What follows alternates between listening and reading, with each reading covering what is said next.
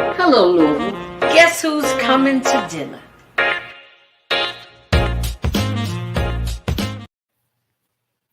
Happy Monday and welcome to Guess Who's Coming to Dinner. I am your host, Janice Carter Miller. And what a beautiful day that we have today. It's a beautiful day that the Lord has made. Let us rejoice and be glad in it. Look, a tornado over the weekend everywhere. We're praying for all those people who in cities that have been kind of ravaged and devastated by our weather, which is, all you have to do is watch and see what's going on to figure out, is climate change real?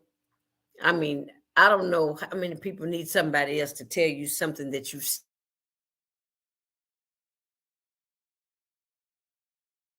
seen with, or the verifiers.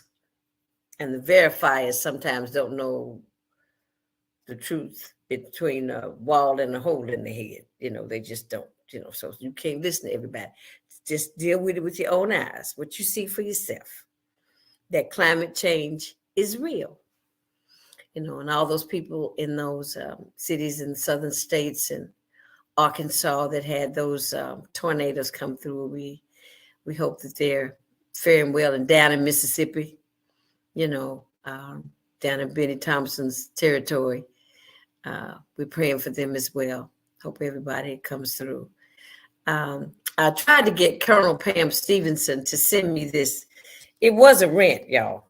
She did a rant up at the Capitol last weekend when they passed that bill about the about LGBT community and what they, what they weren't going to be able to do. It's really funny how all of a sudden, some folks think they can tell other folks just how to live. And it's amazing because if you remember back in the day, now we have a lot of crime in our neighborhoods in most of the cities, especially the urban cities in the United States. But do you remember when folks told us that we couldn't discipline our children anymore? That's where one of the problems started. That discipline and that fear of mama and that strap, goes a long way. My mother didn't have to do nothing but threaten me. I didn't want no whoopings at all. I didn't get a whole lot, but I didn't want them either. So, first they told us we couldn't discipline our children and the women couldn't get any help if the men were in the house. Remember all these wonderful things that they did to the Black family. That's the Black family, okay? So now they're telling other people about what they can do with their children and whose children are acceptable and whose children are not acceptable. And I don't know if they were voted into office to tell other people about how to run their households. Run the government, one thing. Other folks' household, you're meddling. So on that note, tonight we're going to switch gears. We're going to meet a young lady that I had the pleasure of meeting a couple of weeks ago at the Black Professional Mixer. And we're going to talk about that. But first, I want to present to some and introduce to others my guest on Guess Who's Coming to Dinner, Miss Brenda Perry. How are you, darling? I'm doing great. How are you doing? I'm wonderful. I'm really glad that, we met a couple of weeks ago. And I wanted to talk to you a little bit about that mixer because, see, I thought I was going to see some old heads. I was going to just see a whole bunch of folks I knew. I knew two people in the room, and I was saying, oh, well, this is interesting. But I was very proud of the age group and how somewhat sophisticated they seemed to me. What did you think? What did you get from that? I was pleasantly surprised too. Typically, I thought I would just see the same folks that I typically see and like you. There were very few people that I knew in the room, and I think it was good. It was good that we are showing the younger professionals how to network, Right. how to engage with other people. And so I was really pleasantly surprised with particularly the young people that were there, how they conducted themselves, and Absolutely. they were I delightful. thought I was proud of them. I said, whoa. I mean, one thing when I moved back to Louisville, one of the things that's always kind of on the forefront on my plate is I want to live in a progressive city, where people are doing things and they're innovative and shaking and moving. When they say shaking and moving, I really mean shaking and moving, making things happen. And since the pandemic and the social unrest in the city, there's been some shaking. And there's been a little bit of moving, I must say. Because I looked at and looking at your remembering all the things that you told me that you had done before you end up where you are.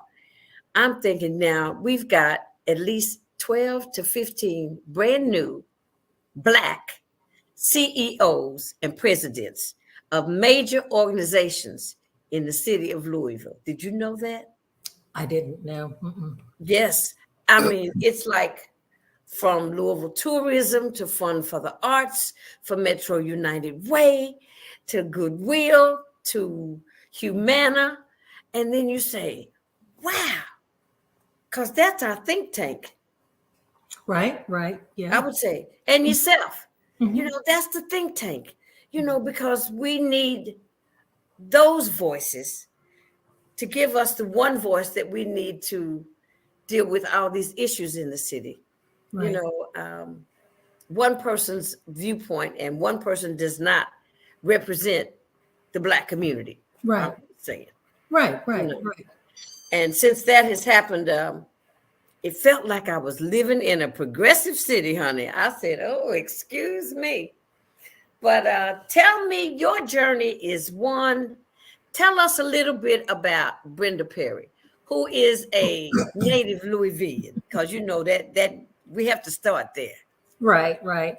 Well, my name is Brenda Dinkins Perry. It used to be Brenda Dinkins Allen, but I'm born and raised in Louisville. My father was retired military, and so once he came to the end of his career, he moved right into the South End in Valley Station, and then raised his family there. And there were 7 of us children. And so we were raised right there. Most of them were much older, and so they were born at different duty stations around the world as he went throughout his military career before his retirement. So started out in Valley Station there. I was in the advanced program, and so I then got moved to Pleasure Ridge Park High School. They had an advanced program there in 2nd grade. I began there, and then went through Pleasure Ridge Park junior high and high school. When I left there, I got a full scholarship to UK. All right now. And went away to UK, studied communications. And I'll tell you, very early on middle school, I had the thought of being an attorney. It was in my mind. I was always rooting for the underdog. Okay. And so I always wanted to be an attorney. And I remember talking to a counselor and telling her, I want to be an attorney when I grow up. And she told me, you need to pick something else.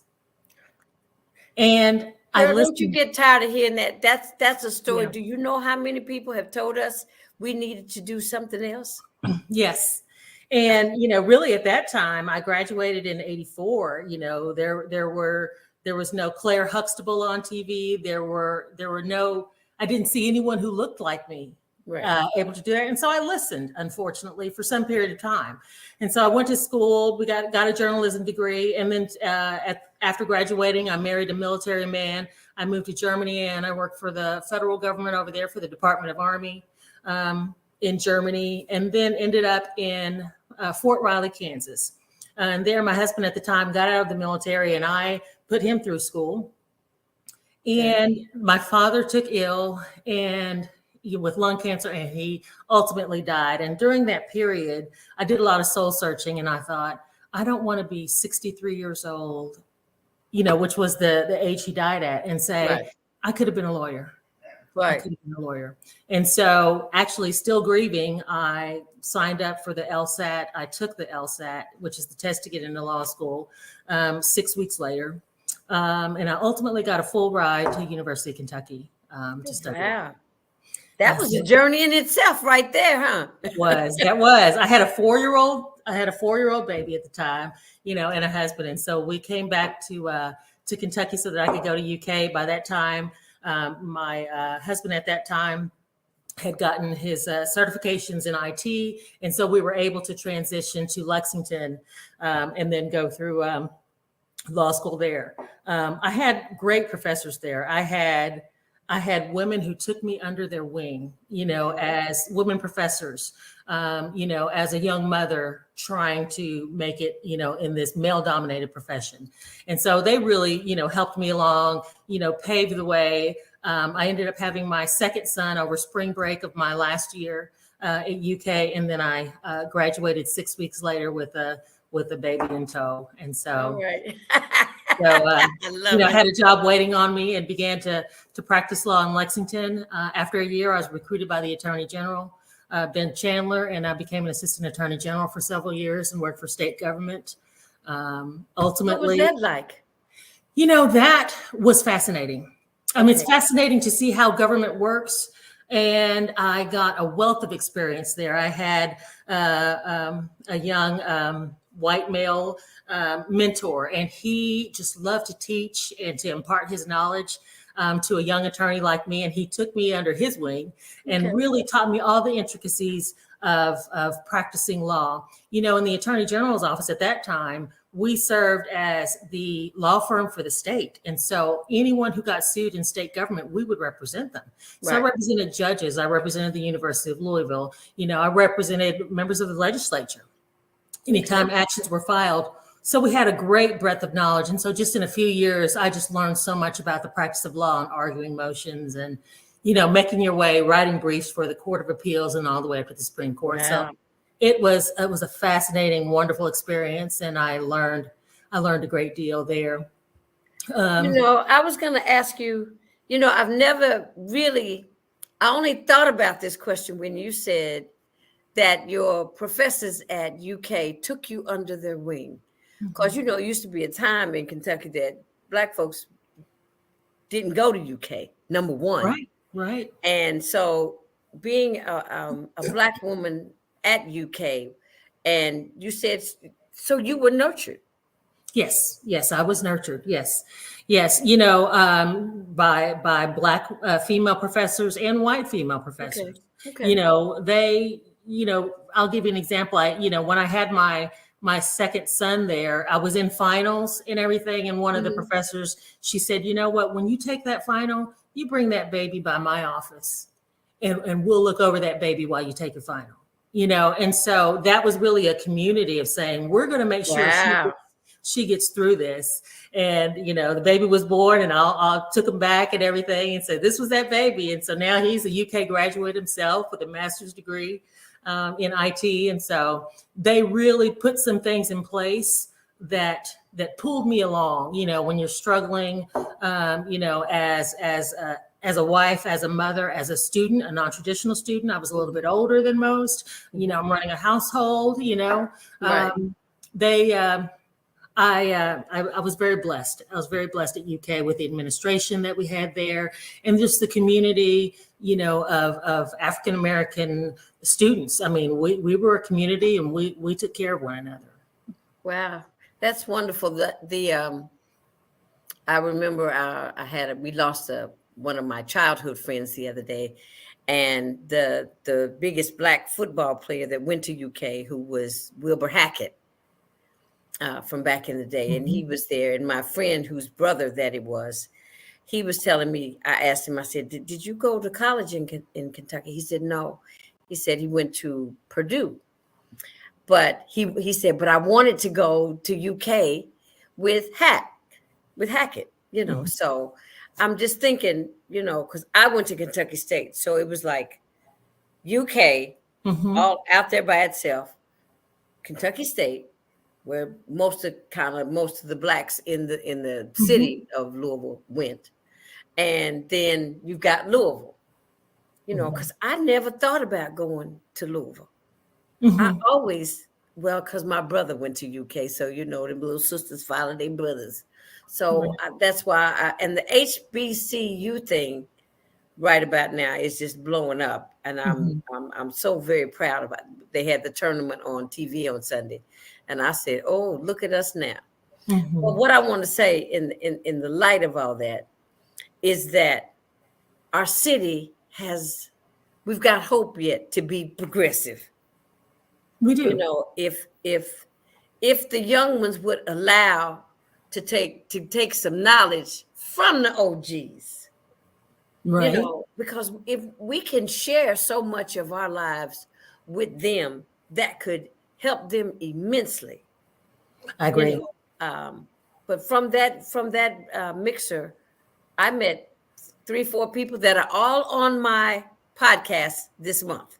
Oh, that's awesome. That's Yeah, awesome. that was awesome. But meeting you, I just felt when you were standing, I said, "Are you alone?" You said yes. I said, "Well, you don't have to be listed together." Right. But to me, that's what we have to do. If I know I didn't want to sit by myself. Right. So at least I need to meet somebody. So after you worked in state government, tell me how you get back over Yes. here into Louisville, and then we won't leave out the nuptials either. Okay. So I worked in state government for several years. Then I moved into education and continue to work for state government there in the Education Professional Standards Board.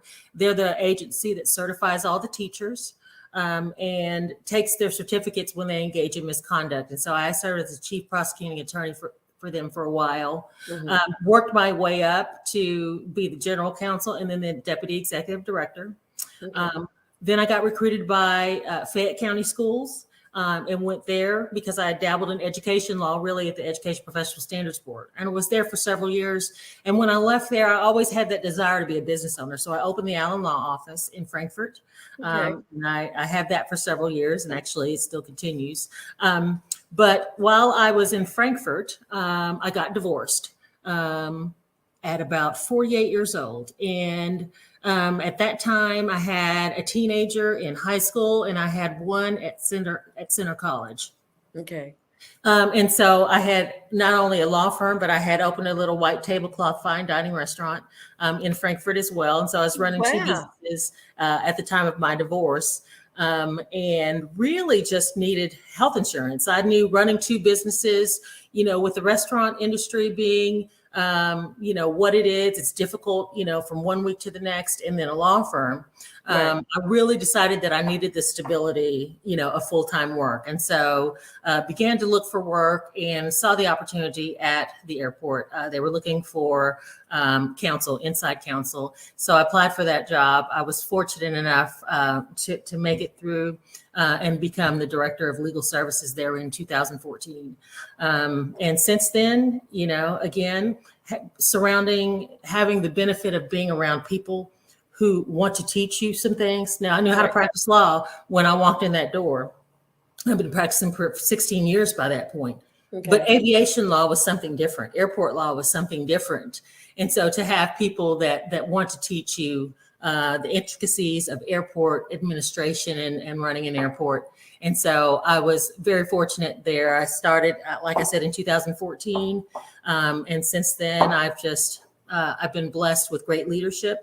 Our current executive director, Dan Mann, saw something in me very early on and then promoted me to vice president within just a few months of him coming. And then I became senior vice president almost 2 years ago. And so I now oversee the finance department. I oversee our public safety department of police officers, firefighters, and EMTs. I oversee our properties department, which are all the airport properties that you see. And I oversee all the purchasing department and perform the legal work for the inside. This is the sister that got keys to all those doors. That's wonderful. Wow. Yes. I mean, so when you said airport law, I didn't know that there was such a thing. And neither did I when I began, but it's very regulated. Okay. Running an airport is very regulated. A lot of FAA regulations, really on so much on how you build your runways, on how you deal with runway closures, on what your contracts have to look like, what they have to say, the programs that you have to put in place. There are just a lot of regulations, and so it it's a great industry to be in, really, at this day and time. And with our current leadership, with our board, and with our executive leadership team, we're part of the moving and the shaking that's happening. Hey, all right now. I love it. More nonstops than ever before. Were you a part of them naming? Yes. As inside counsel, that fell to me once the board and the mayor at that time and our executive director decided that we wanted to name the airport after Muhammad Ali. Then that came to me to really work with Authentic Brands Group and negotiate that deal for the renaming. So I'm honored to have to play a part in that. Wow, that's something to put on your list of legacy items, huh? It's a wonderful thing to have the airport named after the greatest. And really, that's what we aspire to be. We aspire to be the greatest in what we're doing. And so that name, having the airport, that gateway to the city named after Muhammad Ali, it really drives what we do. Wow. That's something that I wish I'm really working on. I do a program with youth over at the Newburgh Community Center. And I'm trying to impart to our youth, when you say Muhammad Ali, number one, I think Louisvillians have the spirit of Muhammad Ali. Louisvillians are very self-confident, I think. I don't think there's too much that we think that we cannot do. And if you're good at something, Lord, everybody better look out, because right. We think we have that kind of mentality. Oh, I can do this, or why can't I do this, because I've jumped over a few hurdles that I never had even thought about or fathomed in my lifetime. And then I'm here long time later, even way older than you, my dear, that I see when you look back and you say, wow, and you think what you have done in your life and coming up. And just like I said, I saw those young professionals, those young entrepreneurs, and I'm listening to you talk like you're a serial entrepreneur yourself, the restaurant, the law firm, but it's something that when we have something in our mind that we just go there.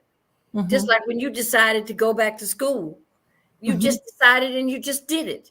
Right. And I wish our children had the same kind of motivation and inspiration that we've had. I know some of that is missing, and I'm trying to do my part to bring some of that back so that they know, that you can be something coming from this city. Absolutely. Yes. This city has a lot to offer. It does. And the opportunities are there. You've got to mix it with some hard work. Education is always going to serve you well, right. And then building a network and listening to those of us that have a little gray in our hair. We've been through some things, and we can let you know about those pitfalls that are coming. Yeah. And if you listen to us, you can avoid them a little bit, so right. Yeah, but Louisville it's a progressive. You think it's far more progressive than it had been, say, in the past 10. We've tried to catch up. We're still not there. Right. But in the past 10, I think we've accelerated a little bit. And especially at a strange time like the pandemic, I think we kind of shifted gears and moved to a whole nother thought level of what it was we could do and where. Because things are happening everywhere. Right. I think one thing the pandemic taught us is that you can be very mobile, in the comfort of your own home. And so now with careers, you can work for a company in San Francisco and be right here in Louisville. Right. And so Louisville kind of had to up its game. You know what I'm saying? Now Louisville is competing to keep the talent here, to keep the Black talent here, just your general talent. They're competing. And so they've had to become a little bit more progressive, kind of up their game to really keep us all here. Louisville has a great deal to offer. And so I think they are, I think they're getting that swagger and putting that out there that this is a place, it's a place to live. It's a place. Because we had to work to get our swagger back. That's right. Our image was decimated for a minute. I think we had an image problem, and looking around for the things that happened after Breonna, and even the DOJ a few weeks ago finally coming in to say what we already knew. Right. I think that helped us a lot, you know. But our city is kind of coming back at warp speed. You know, if you think about it, it's kind of, you know, I used to, Greg Fisher, former Mayor Greg Fisher was a friend of mine. And I used to say, my $1 billion budget mayor. You know, when did Louisville ever have a budget of $1 billion? Come on. And so I used to just tease him, and he would just blush, because when he was running for office, I said, I've just moved back to Louisville. I moved back to Louisville from Las Vegas. I said, but Louisville, I'm seeing if we're on the fence. I said, if we go one way, we backwards. And if we fall the other way, we could be a little bit progressive. Right. I said, are you going to be a progressive mayor? And he said, well, I plan to. And I think that he did the best that he could do. And he did a wonderful job. But he brought a lot of jobs and new industry to the state, all around the state. You know, so that was a good thing, that and that always helps. Yes, absolutely.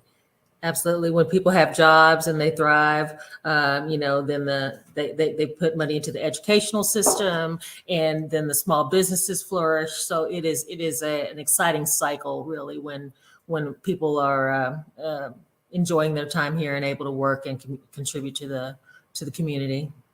So now there's another terminal going up out at the airport. Tell me about that. Yes.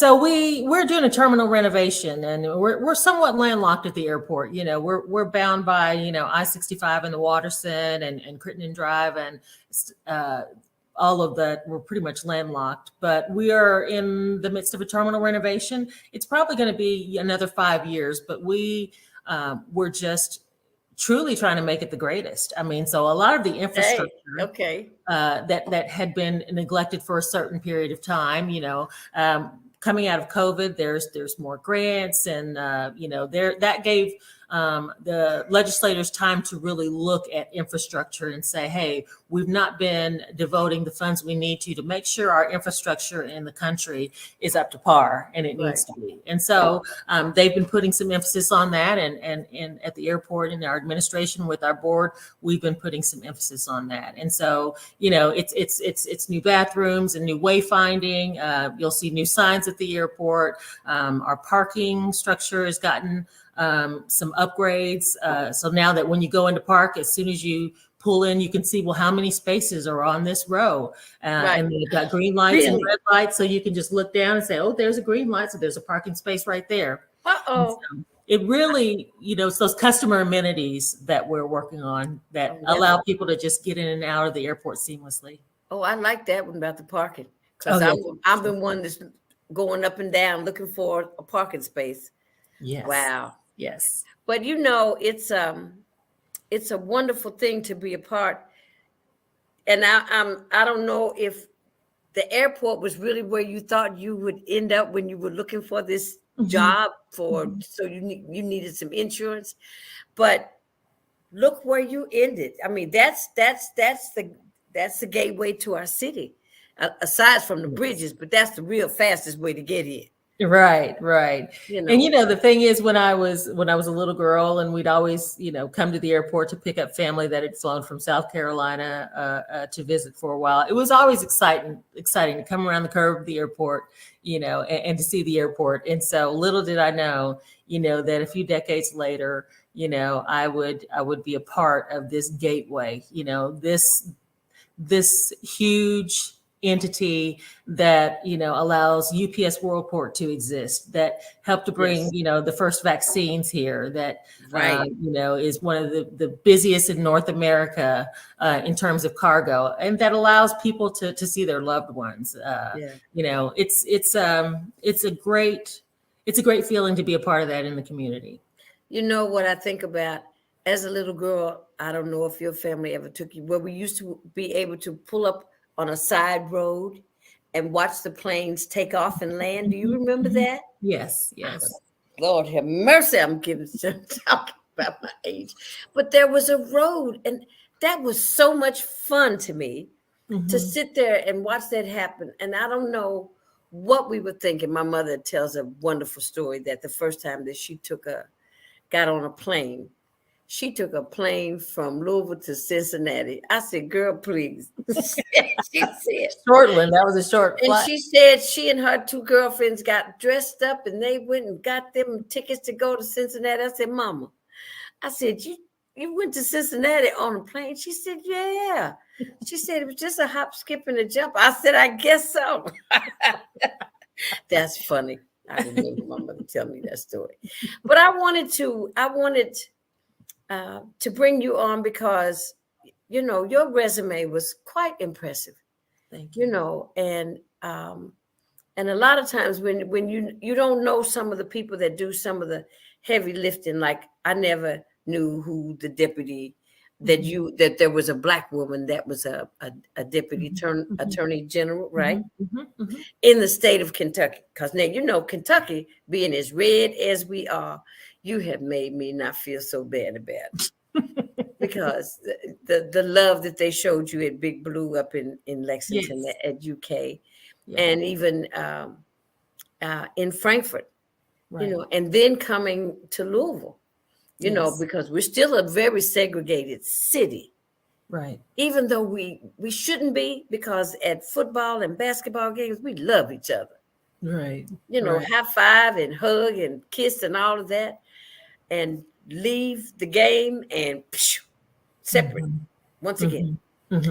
But I thank you for your contribution. Well, thank you. To helping to name that airport after the greatest. And you went to say, we want to be the greatest. I guess so.